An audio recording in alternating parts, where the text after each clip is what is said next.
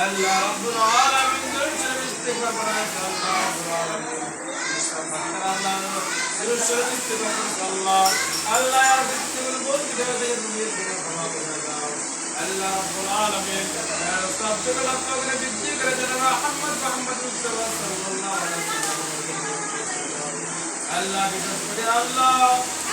আল্লাহ বরকত পরিস্থিতি যে সকল ছাত্র-ছাত্রী আল্লাহ সেই আল্লাহ